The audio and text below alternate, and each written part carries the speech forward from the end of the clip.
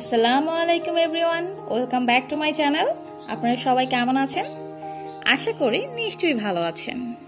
আজকে আমি আপনাদের জন্য নিয়ে এসেছি মাছের একটি ডিশ, আর সেটা হচ্ছে মাছের কালিয়া। আমরা মাছের কালিয়া খেতে খুবই পছন্দ করি। এটি ভাত, পোলাও দিয়েও খাওয়া যায় এবং বিয়ে বাড়িতেও অনেক সময় মাছের কালিয়া হয়ে থাকে। তাহলে ফ্রেন্ড, আর দেরি না করে চলুন দেখে নিই কি করে ইয়াম্মি মাছের কালিয়াটি তৈরি করতে হয়। এখানে আমি হাফ কেজি কাতল মাছ নিয়েছি। আমি এরকম করে পিস করে নিয়েছি। আপনারা এই মাছের কালিয়াটা যে কোনো বড় মাছ দিয়েই করতে পারেন। এখন এখানে আমি হাফ চামচ হলুদের গুঁড়া ছড়িয়ে দিচ্ছি আর দিচ্ছি লবণ। লবণটা পরিমাণ মতো, মাছ ভাজার জন্য যতটুকু লবণ প্রয়োজন ঠিক ততটুকু। এখন এগুলোকে আমি ভালো করে একসাথে মিশিয়ে নেব। চুলায় একটি প্যান বসিয়ে দিয়েছি, প্যানটা গরম হয়ে গেছে। এখন আমি এখানে দিয়ে দিচ্ছি হাফ কাপ সরষের তেল। সম্পূর্ণ রান্নাটা আমি সরষের তেলে করব। আপনারা চাইলে সরিষার তেল আর রান্নার সয়াবিন তেল দুইটা মিলিয়ে করতে পারেন। আর টোটাল রান্নাটা করার জন্য আমার 1 কাপের মতো সরিষার তেল লাগবে। এখন আমি এখানে আমার মাছগুলো দিয়ে দিচ্ছি। মাছগুলো দিয়ে দিয়েছি। এখন মাছগুলোকে আমি এপিট ওপিট ভালো করে ভেজে তুলে নেব। মাছটা আমার ভাজা হয়ে গেছে। এখন আমি মাছটাকে তুলে নেব। এই তেলটার মধ্যে আমি আরো হাফ কাপ তেল দিয়ে দিচ্ছি। আমি প্রথমেই বলেছি যে আজকের রান্নাটা আমি সম্পূর্ণ সরষের তেলে করব, আর টোটাল তেল লাগছে 1 কাপ। এখন আমি এখানে 3টে এলাচ, 3টে লবঙ্গ আর 2টো দারচিনি দিয়ে দিচ্ছি। এটাকে দিচ্ছি ফোড়নের জন্য। এটাকে একটু ভেজে নেব। আমার মশলাটা ভাজা হয়ে গেছে। আপনারা দেখতে পাচ্ছেন এটা চারপাশে বাবলস উঠছে। এখন আমি এখানে পেঁয়াজ বাটা দিয়ে দিচ্ছি 2 কাপ পরিমাণ।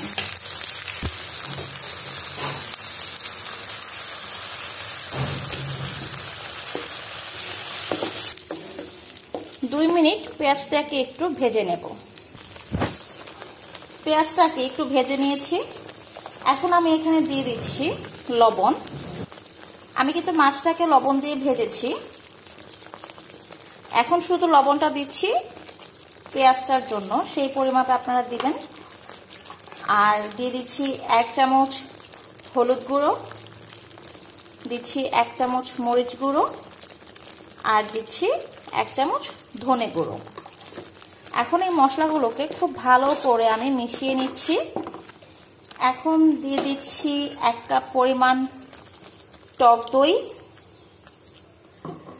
আর দিচ্ছি 1 কাপ টমেটো। টমেটোটাকে আমি ব্লেন্ডারে ব্লেন্ড করে রেখেছিলাম।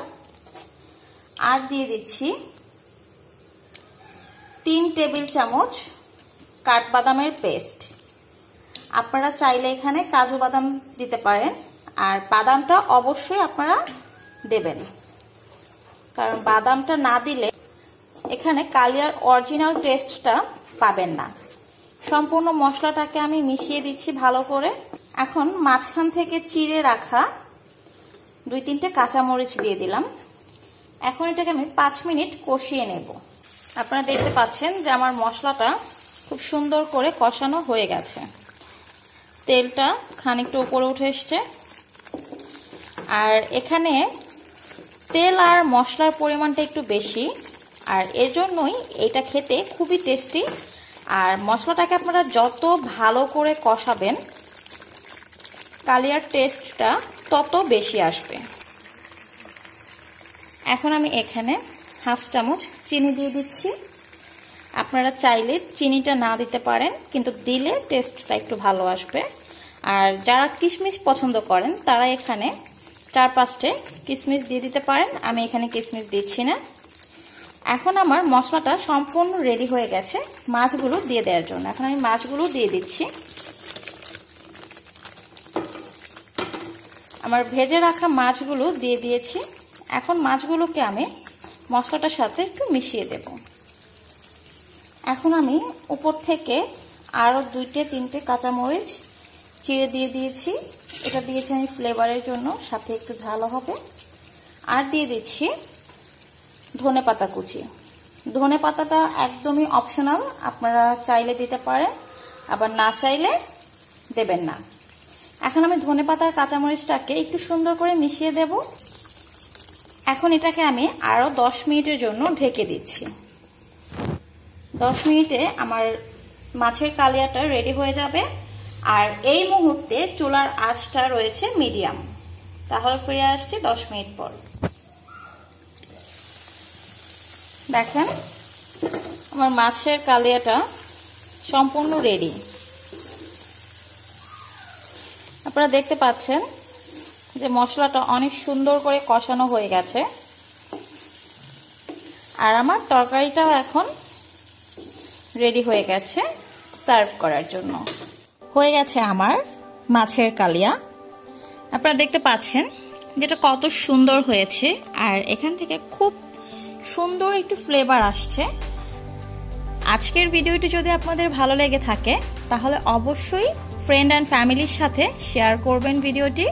আর যারা এখনও আমার চ্যানেলটি সাবস্ক্রাইব করেননি তারা নিশ্চয়ই আমার চ্যানেলটি সাবস্ক্রাইব করবেন আমার আগামী দিনের ভিডিওগুলো খুব দ্রুত দেখার জন্য।